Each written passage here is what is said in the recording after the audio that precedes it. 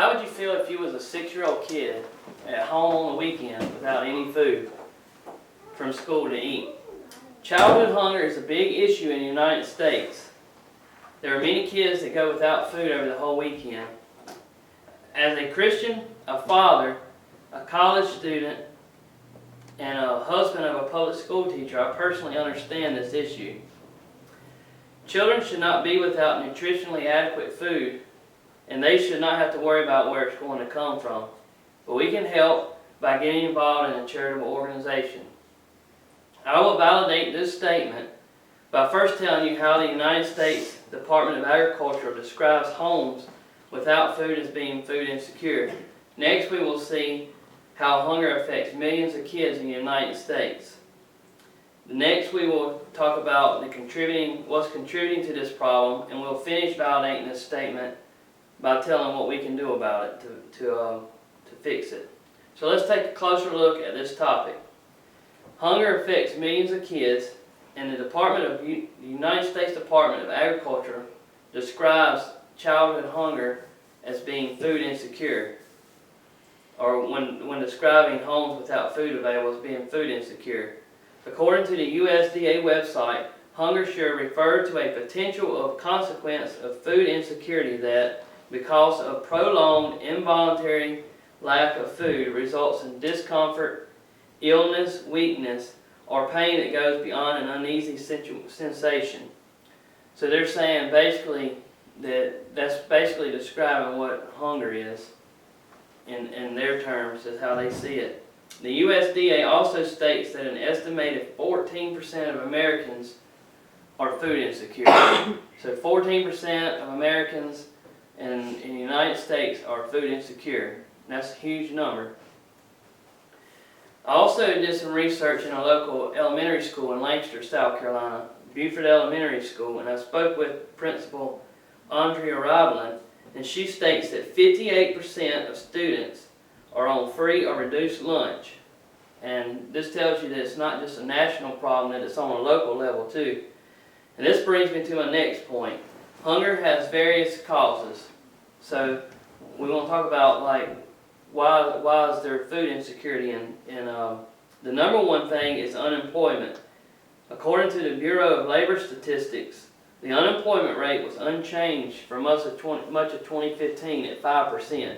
So a 5% unemployment rate across the whole United States, with some states being higher than others. And when you have workforce, people that's not working, you don't have money to buy food.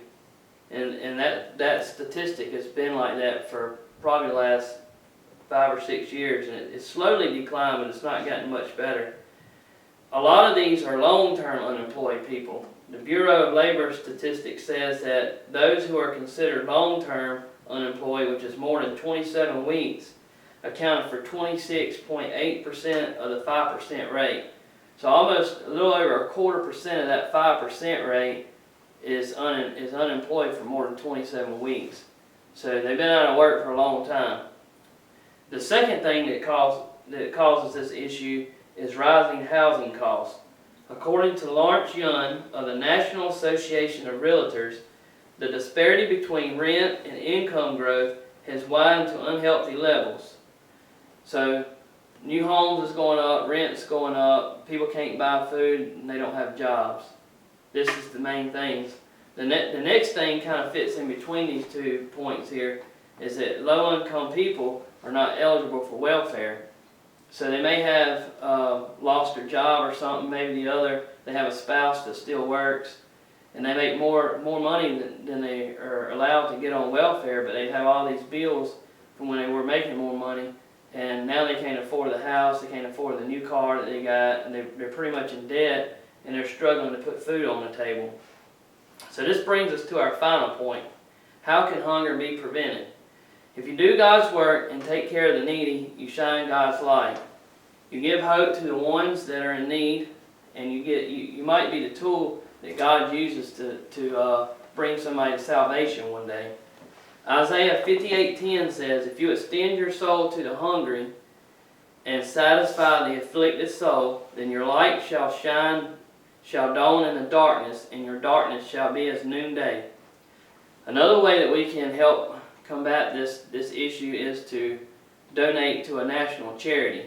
There's tons of charities out there, and we can also volunteer with a local charity. Sometimes it's hard to volunteer with a national charity if they don't have a local chapter in your area, but you can always get with a local one and volunteer with them. As we conclude, we see that we have a problem with childhood hunger.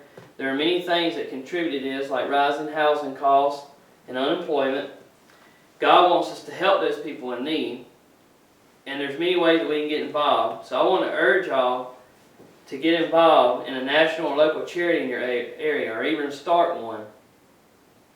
There are many national campaigns to get involved with, like No Kids Hungry or Feed America. And there's also local ones, like in our area there's one called Back to Pack, which provides backpacks full of food for kids who are at home on the weekends without nothing to eat. We can stop childhood hunger if we get involved.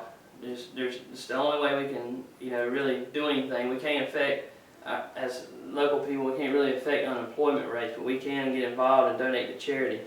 No Kid Hungry states that 1 in 5 kids don't get the food that they need. There are many kids in the area that are going without food, and it's not their fault. You never know, the person that you're helping may need Christ, so by helping that person, you're shining God's light. And I want to thank y'all for y'all's time today and for listening. Thank you.